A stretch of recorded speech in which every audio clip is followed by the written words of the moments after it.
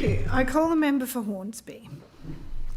Madam Speaker, Hornsby Shire is the best place to raise a family.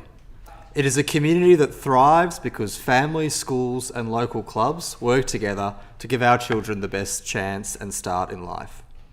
I am proud to be part of a new generation of Liberals within this state's parliament.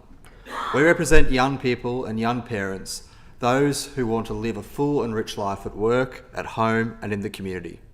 Like the parents in Hornsby, we want our children to receive a well-rounded and world-class education. Madam Speaker, every parent knows that it takes a village to raise a child. Government, community and parents all working together. That is why I'm proud to announce so many schools in the Hornsby electorate were recipients of funding from this year's Community Building Partnerships grant. Schools like Mount Ku-ring-gai, which has been awarded $43,000 to create a new outdoor learning space, Wideview Public, which has received $84,000 to upgrade its sports fields, basketball courts and cricket nets, and both Asquith and Hornsby Heights Public Schools, which have received $30,000 each to upgrade their playgrounds and sun shelters. These funds will be co-invested with the money raised by the local PNC. But we know that funding alone is not enough. More money doesn't always mean better outcomes.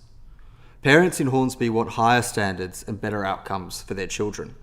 That is why they support explicit instruction, an evidence-based method where teachers explain, model and guide learning before encouraging independence. In this regard, Mount Ku-ring-gai Public School is showing the way. Under the leadership of Principal Greta Hughes, teachers have embedded explicit teaching, visible learning strategies and student self-assessment into daily practice. Students at Mount Ku-ring-gai work with teachers to set individualised goals. These goals reflect the students' progress and represent the desire to understand a small part of the curriculum over the coming week or fortnight. Students categorise their own progress in a self-assessment, either as seeding, growing or thriving, using a knowledge tree as a visual guide. This approach empowers children to take ownership of their learning, while teachers use this feedback and assessment data to tailor lessons to each student's needs. Mount Ku-ring-gai educators have expertly used these self-assessments, as well as data on summative and formative assessments, to monitor students both how they learn and what they're learning, and to change the teacher's approach in the classroom as that data reflects.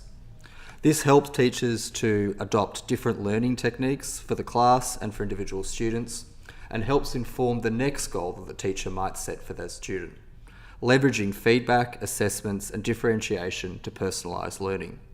Innovative practices are also adopted, such as learning walk and talks, which allow teachers to observe one another, plan collaboratively and strengthen classroom practice. Mount Ku-ring-gai Public has seen that visible learning practices have become embedded in everything they do. There have been improvements in student outcomes, as well as information from the 2024 Tell Them From Me Wellbeing Survey, which shows that Mount Ku-ring-gai Public School students feel a stronger sense of belonging, clearer expectations and greater advocacy than in previous years. But there is more work to do. The truth is, at not every school in New South Wales are these evidence-based approaches to teaching being adopted. We need a clear plan to ensure that every school is able to adopt this strategy and is able to see the types of improvements that Mount Ku-ring-gai Public has.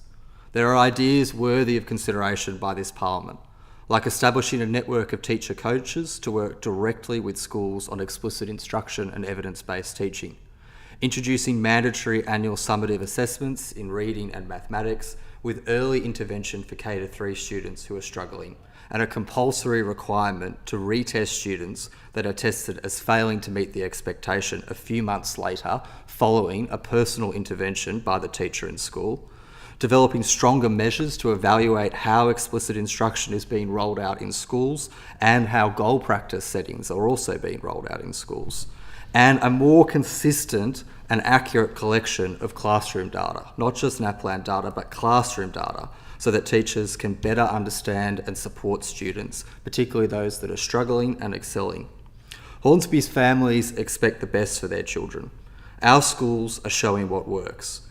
We hope that the government will join us in matching this effort to help lead, plan and ensure the accountability for the rollout of explicit teaching. Together, we can ensure that every child in New South Wales is able to thrive. Thank you.